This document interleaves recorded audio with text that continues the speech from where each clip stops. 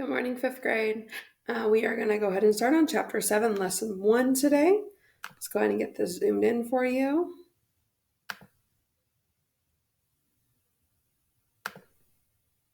All right. So it says, what caused the conflict between Great Britain, France, and the Native Americans? So we have 3 different people we're talking about: Great Britain, France, Native Americans. So we're going to look at conflict in the Ohio River Valley. This is in reference to what we read yesterday when they talked about George Washington going to confront the French in the Ohio River Valley. So let's go ahead and continue with this here. Conflict in the Ohio River Valley. In the early 1700s, England and France were each creating colonial empires in North America. England, which became Great Britain in 1707, established 13 colonies between the Atlantic coast and the Appalachian Mountains. These British colonies had a large, growing population and a vigorous economy based on farming and trade. The colonies of New France consisted of 2 areas, what is now Canada and also Louisiana in the Mississippi River Valley. New France was far larger than the British colonies in total land area, but much smaller in population. Most colonists in New France were involved in the fur trade. By the mid-1700s, the British and French colonists were coming into conflict. The French fur traders wanted to preserve the forested wilderness as it was. As the British colonists wanted more land for farming, the French feared that British farmers would cut down the trees, ruining the habitat of the fur-bearing animals. Let's go ahead and take a quick look at the timeline for this chapter, or this lesson, and then we'll continue on with the reading. So in 1754, the war breaks out between the British and French settlers in the upper Ohio River Valley.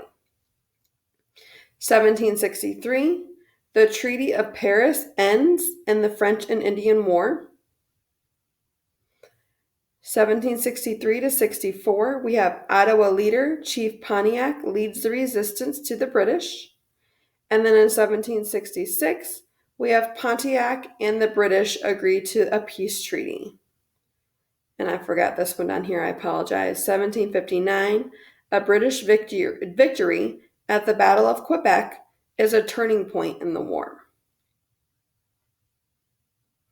And the picture here is showing in 1757, the Oneida, Seneca, and native groups crossed Lake Champlain to aid the French. That means they helped the French.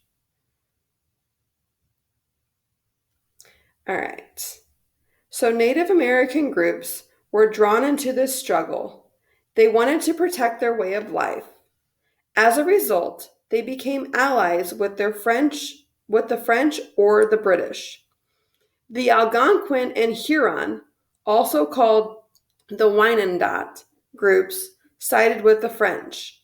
These Native Americans also wanted to preserve the forested wilderness and forest animals from British settlers. In addition, the French had aided the Algonquin and Huron in their struggles with their traditional enemies, the Iroquois Confederacy. The Iroquois sided with the British because they were angry at the French for helping their enemies. Okay, I want to start out by apologizing. There's a glitch on the online textbook, so the map is pulled out, but you can still see the reading underneath here. So I'm going to try to read that the best that I can for you here. It says, the focus of the struggle between the French and British and their Native American allies was the upper Ohio River Valley. In firm control of the territories of New France, French settlers had spread southward into the Great Lakes regions. They established a major outpost there at Detroit in 1701. By the 1750s, farmers and traders from the British colonies of Virginia and Pennsylvania had begun to cross the Appalachian Mountains, moving into the lands beyond. To halt this advance, the French built a line of forts from Lake Erie to western Pennsylvania. The British saw the forts as a threat and decided to try to drive the French out. All right, so you can see, can maybe zoom in on this one here. All right, you can see that the land here, it's not going to zoom for me. You can see the red is the British lands, the green are the French lands, the red and green stripe would be the disputed lands. It means that's what they're fighting over. So you can see the Ohio River Valley, and that's this area right here. And then we, of course, have the Spanish lands down here.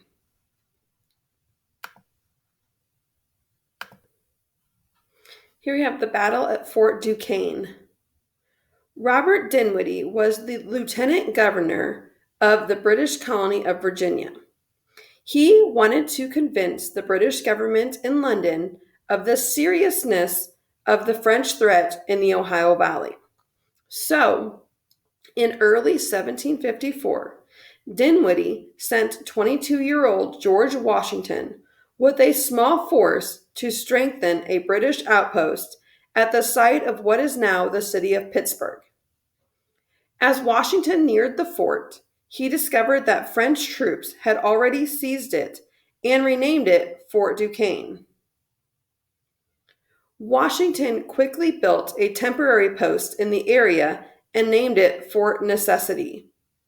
From this base, Washington's troops launched a successful attack against the French on May 8th or 28th of 1754. But the French counterattacked on July 3rd, forcing Washington to surrender. He and his men were allowed to return to Virginia, and the French destroyed Fort Necessity. The French and Indian War had begun. Back in Virginia, Washington found his defeat had not harmed his reputation. The colonial government thanked him for his efforts, and he was named head of Virginia's militia on the frontier. Washington remarked in a letter to his brother, "Have heard the bullets whistle, and believe me, there is something charming in the sound." So this picture here is an early map of Fort Duquesne, which was later renamed Fort Pitt. The French gained the upper hand. The early phase of the war was marked by French victories. Their Native American allies taught the French how to make surprise attacks from behind trees and rocks. By contrast, British troops who marched into battle in formation were easy targets. Such British tactics resulted in disaster in 1755, when General Edward Braddock led another group of British troops against Fort Duquesne. Colonel George Washington rode alongside Braddock. On July 9th, the French and their allies ambushed the British forces in the wilderness. British losses were severe. Some 900 of their 1,400 troops were killed or wounded, including nearly all of the officers. Braddock himself was fatally wounded. Now in command, Washington was able to lead the remaining British forces to safety. The French continued to be victorious. In 1756, their commander, Louis Joseph de Montcalm, led a force of French soldiers and Native Americans in the capture of an important British fort, Fort Oswego, in the Great Lakes region. Montcalm reported that he had taken 1,600 prisoners and seized 100 cannon, 6 armed vessels, and a 2-year supply of food. "All this cost us only 30 men killed and wounded," he said. Montcalm's victory gave the French full control of Lake Ontario. The following year, he captured another British post, Fort William Henry, which was near present-day Lake George, New York. So this picture here is actually an engraving. That means somebody carved it into something. It was an engraving depicting the evacuation of Fort Duquesne in 1758. The turning point. News of French victories shocked the British colonies. The colonists begged the British Prime Minister William Pitt for more help. Pitt believed that the war in North America was critical to the overall struggle between Great Britain and France. The two nations were also at war in Europe. Pitt convinced the British government to pour more money, troops, and other supplies into the conflict. In addition, the British Navy blockaded ports in New France, cutting off shipments of food and other supplies to French colonists. Finally, both British soldiers and American colonial militias became skilled in fighting the way the Native Americans did in the wilderness. All of these factors changed the course of the war. In 1758, British troops defeated the French at Louisbourg, Nova Scotia. Several months later, Colonel John Bradstreet led the British to victory over the French in a battle at Fort Frontenac on Lake Ontario. In November, the British finally retook Fort Duquesne. They renamed it Fort Pitt in honor of the British Prime Minister. In 1759, Sir William Johnson forced the French to surrender at Fort Niagara. British General Geoffrey Amherst then defeated the French at Fort Ticonderoga near Lake Champlain in upstate New York. Let's go ahead and take a look at then and now.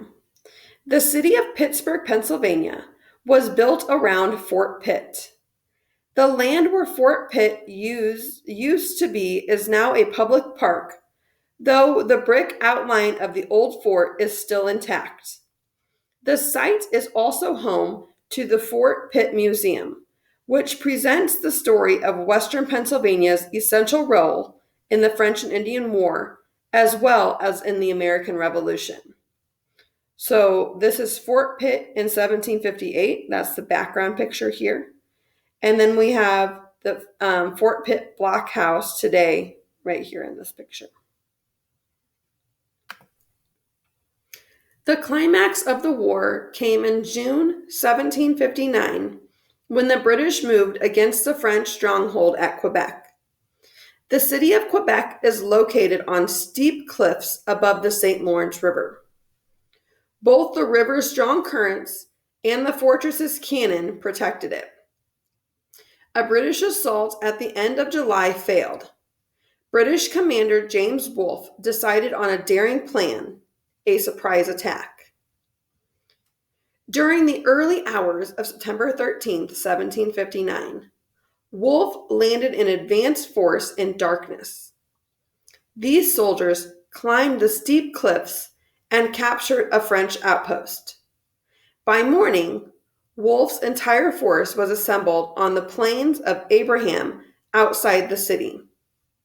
Like Wolfe, French commander Montcalm also decided to take a risk. He attacked immediately instead of waiting for reinforcements.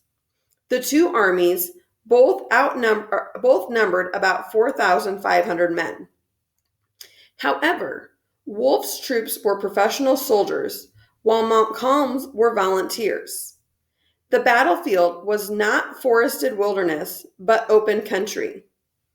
The careful musket fire of Wolfe's troops halted the advance of the French and then caused them to retreat or to fall back. Both Montcalm and Wolfe were fatally wounded in the battle. On September 18th, the French surrendered Quebec City. A year later, the French surrendered their last stronghold in Montreal. The British now controlled New France. And so this picture down here is where the British troops attack Quebec. And you can see how the city is up on these steep cliffs, which normally would be an advantage, but they attacked during the night and they snuck up the cliffs to attack. Outcomes and aftermath. The French tried to retake Quebec in 1762 but failed. In Europe, meanwhile, Great Britain and France continued their war. Spain aided the French, and in return, France agreed to give Spain much of the Louisiana Territory. By 1763, the French were ready to negotiate a peace treaty with Great Britain. The Treaty of Paris was signed on February 10th of 1763. In October of 1763, news of the Treaty of Paris reached North America. The defeated French could no longer aid Native Americans in their resistance to the British settlers. However, Great Britain wanted to keep down the cost of defending its American colonies.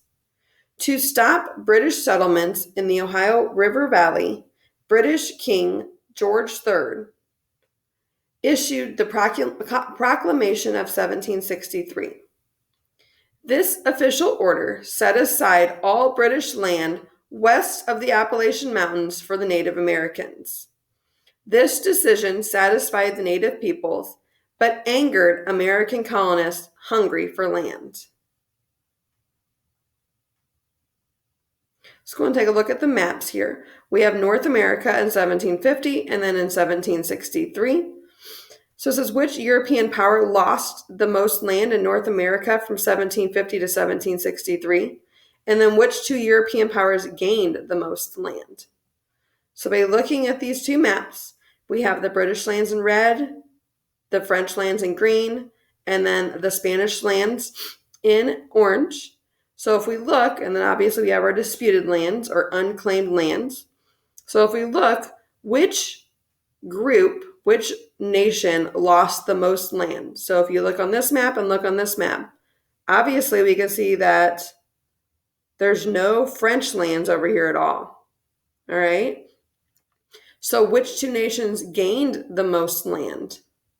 Well, obviously we can see a lot more red and we can see a lot more orange. So that would mean that the British and the Spanish had claimed or gained the most land.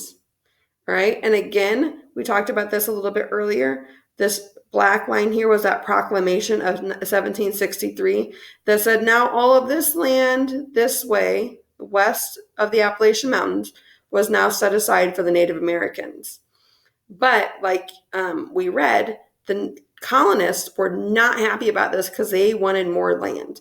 They were greedy and they wanted more and more land and they wanted to keep expanding, so they weren't very happy about this. So we're going to see what happens because of this. By 1760, although the British were defeating the French in North America, their control over the lands was not firm.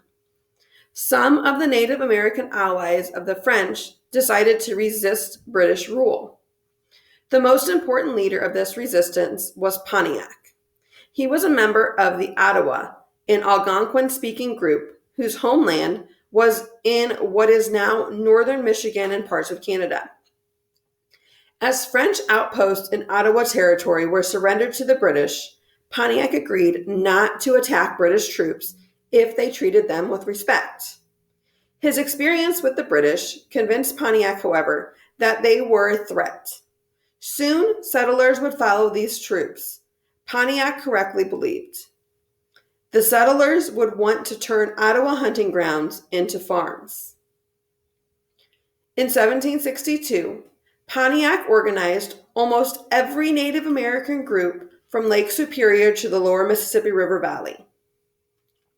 The plan, which Pontiac announced in early 1763, was for each group to attack the nearest British outpost. Then, all the Native Americans would combine in a general attack on the British settlements. Pontiac himself was to attack Detroit.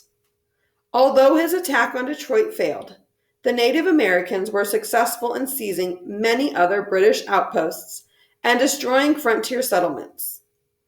British troops struck back, though, and by 1764, Pontiac's war in the Great Lakes region had ended. As a result of the French and Indian War, British colonists saw themselves in a new way. They had helped fight a powerful enemy and had won. They also proved that they had strong leaders such as George Washington. They had learned that the British colonies could unite in a common effort. This gave them a feeling of strength. So let's look at this primary source, which is from Pontiac in their words.